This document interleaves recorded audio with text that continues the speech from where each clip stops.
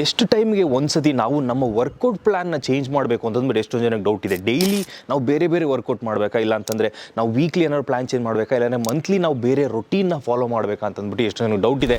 ಈಗ simple answer ಏನು ಅಂತಂದರೆ, ನೀವು ಯಾವುದೇ ವರ್ಕೌಟ್ ರೊಟೀನ್ನ ಫಾಲೋ ಮಾಡ್ತಿದ್ದೀರಾ ಅಂತಂದರೆ ಅದನ್ನು ನೀವು 6 to 8 ವೀಕ್ಸ್ ಮಾಡೋದ್ರಿಂದ ಮಾತ್ರನೇ ನಿಮಗೆ ಒಂದು ಒಳ್ಳೆ ರಿಸಲ್ಟ್ಸ್ ಕಾಣಿಸುತ್ತೆ. ಏನಕ್ಕೆ ಅಂತಂದರೆ ಸಿಂಪಲ್ ಆನ್ಸರ್, ನೀವು ಯಾವುದೇ ಪರ್ಟಿಕ್ಯುಲರ್ ಎಕ್ಸಸೈಸ್ ಮಾಡ್ತಿದ್ದೀರಾ ಆ ರೊಟೀನಲ್ಲಿ ಅಂತಂದರೆ ಆ ಪರ್ಟಿಕ್ಯುಲರ್ ಎಕ್ಸಸೈಸಿಗೆ ನಿಮ್ಮ ಬಾಡಿ ಅಡ್ಯಾಪ್ಟ್ ಆಗೋದಕ್ಕೆ ಟೈಮ್ ಹಿಡಿಯುತ್ತೆ. ಸೊ ಅಡ್ಯಾಪ್ಟ್ ಹೇಗಾಗುತ್ತೆ ಅಂತಂದರೆ, ಆಬ್ವಿಯಸ್ಲಿ ನಿಮ್ಮ ವರ್ಕಿಂಗ್ ಮಸಲ್ ಕೂಡ ಇರುತ್ತೆ, ಅದಕ್ಕೆ ಆ್ಯಂಟಾಗನಿಸ್ಟ್ ಮಸಲ್ ಕೂಡ ಇರುತ್ತೆ.